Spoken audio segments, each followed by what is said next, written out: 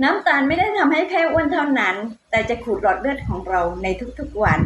หลายคนคิดว่ากินหวานแค่ทำให้น้ำหนักขึ้น แต่จริงๆแล้วถ้าน้ำตาลในเลือดสูงขึ้นบ่อยๆก็จะทำให้ผนังหลอดเลือดอักเสบขึ้น เลือดก็จะหนืด การไหลเวียนก็จะแย่ลง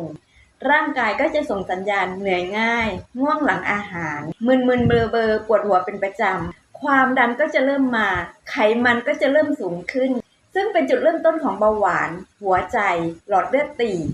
สิ่งที่น่ากลัวไม่ได้เกิดขึ้นภายในวันเดียว แต่จะเกิดจากชาเย็นแก้วนั้นบ้าง น้ำหวานแก้วนี้บ้าง หรือของหวานที่เรากินหลังอาหารทุกวัน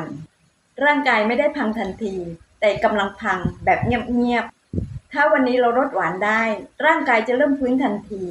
สุขภาพดีไม่ได้เริ่มจากยาวิเศษ แต่เริ่มจากสิ่งที่เราหยิบกินในแต่ละวัน ติดตามครูรัตน์เติมสุขไว้นะคะ เพื่อดูแลร่างกายจากภายในก่อนที่จะสายเกินไป